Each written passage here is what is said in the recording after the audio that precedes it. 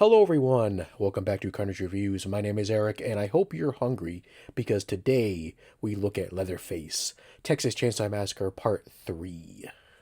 Now, before we dig in, yes, I have cheesy jokes.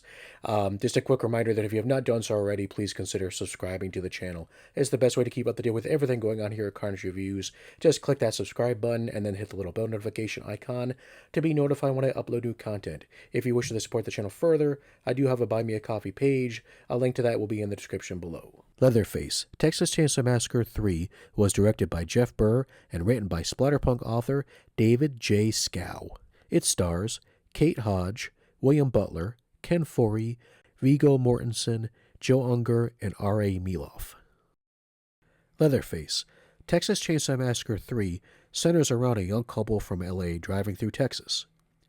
Along the way, they are caught at a traffic stop due to a massive grave plot being uncovered. The sheriff tells them to keep driving and not stop. Of course, with it being a horror movie, they don't listen and stop. They stop at a gas station cleverly titled The Last Chance Gas Station, where they have an encounter with a charming man named Alfredo. Well, looks like we got some customers, ladies. We stay right here. They also meet a man named Tex, who asks them for a ride. After a violent situation unfolds, the couple drive away, where an encounter with the one and only Leatherface happens. They also meet Leatherface's brand new family, which includes a little girl who may or may not be his daughter. So you may be wondering, Eric, why are you not reviewing the first film? Why are you reviewing part 3? What's wrong with you? Meh. Well, there's a reason for that. I like the first Texas Chainsaw Massacre film. I like it a lot. It's a very important film to the genre. But I feel like there's just so much coverage on it. What else could I really say about it? That's not to say that I'm not going to talk about that movie eventually. I certainly will. I just feel like, you know what? Let's be a little different. And let's start with part 3 because I feel like this one doesn't get talked about as much. Leatherface had a very troubled production, from the late Jeff Burr being fired as director to only be rehired in a matter of days, to the MPAA slapping an X rating on the film, which of course resulted in cuts. Now, luckily, the film has been released unrated, but it still feels like it's missing things. However, that doesn't take away from the overall fun of the movie. And honestly, I like part 3 over part 2. Now, I know that sounds crazy, but I just prefer the dark tone in part 3 as opposed to the comedic tone that part 2 had. Now, Leatherface is not a perfect film by any stretch of the imagination, but it's still fun enough to keep your attention, and I think anyone who likes Texas Chainsaw Massacre or horror films in general will find something in this film to enjoy. The kills in the film, while not anything super crazy over the top, still look pretty good and fit within the movie. There's a really cool scene where this guy gets his fingers blown off and then his ear blown off in a violent shootout.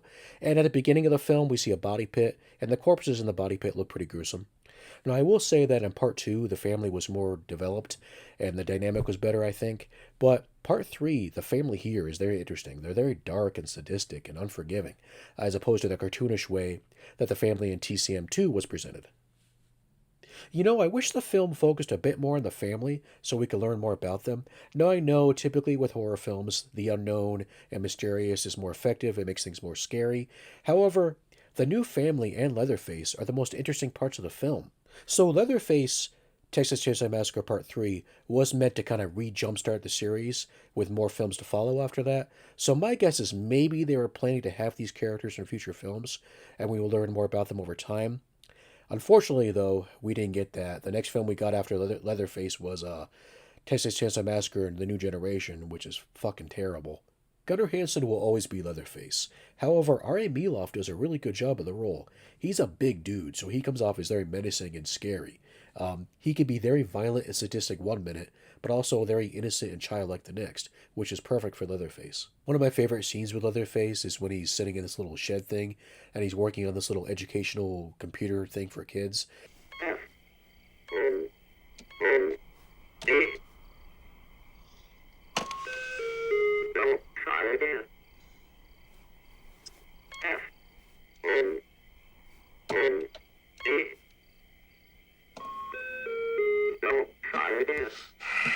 My absolute favorite character in the movie is Alfredo, hands down. This guy, he looks like he belongs in a Friday the 13th movie. He looks like he should be one of those janitors or creepy old men that warns you about Jason Voorhees. Fuck you, mister. He's a sicko, but the dialogue he says, I mean, some of it is just so ridiculous that you just can't help but laugh at it. Is it soup yet? I am very scared of guns, mister, so please do not point that at my face. I hate when this happens, you know. Okay, now. Now I guess this kills our chance for a date on Saturday night, huh? Shut up. Leatherface, Texas Chainsaw Massacre Part 3 is the perfect example of a movie that could have been amazing had the studio just stayed the fuck out of it and let the people that know what they're doing do what they do best. Did the movie break any new grounds in the horror genre? No. Is the movie perfect? No. Is the movie fun as hell? Hell yes. New Line Cinema should have just released Leatherface unrated, like the second one was. Could you imagine what the movie would have been like if they didn't have to worry about the fucking MPAA? Leatherface is worth a look. It's got a gritty and dark tone, interesting characters. Leatherface looks great in the movie, and honestly, out of all the sequels and remakes that came after, this is the best one. I give Leatherface Texas Chainsaw Massacre Part 3 3 skulls. Thanks for checking out today's video, guys. If you enjoyed it, please tap that like button. And if you haven't done so already, please consider subscribing to the channel. Let me know in the comments what you guys think about TCM Part 3. Do you like it? Do you hate it? Do you love it? Let me know. Also, feel free to let me know about some of the other remakes and sequels that are out there. Let me know what you guys think about those ones as well. Alright, guys. Good morning, good afternoon, whenever the fuck you're watching this. Bye-bye.